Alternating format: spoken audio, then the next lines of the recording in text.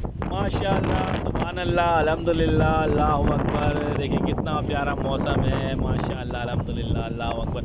भाई इतना ज़बरदस्त मौसम है कि बंदे का दिल चाह रहा है कि घर चला जाए, छुट्टी कर ले। तो भाई गाइस कैसे हैं आप लोग? सब खैरियत से हैं, ठीक ठाक हैं?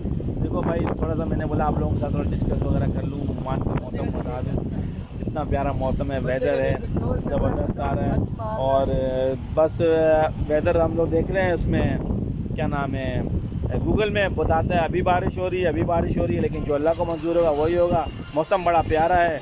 दुबई में आमने सामने इधर उधर बारिशें हो रही हैं, लेकिन यहाँ पर ओमान में अभी थोड़ी बारिश रुकी हुई है।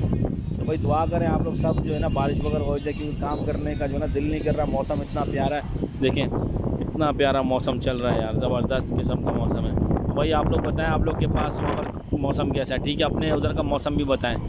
ठीक है, ये देखें गाड़ियाँ आई हुई हैं बनने के लिए। ठीक है, सारी मर्सिडीज़ हैं, ये खड़ी हुई हैं, ये भी गाड़ियाँ हैं। कुछ लोग ऐसे ही खड़ी करके चले जाते हैं, बताते नहीं किसकी गाड़ी है।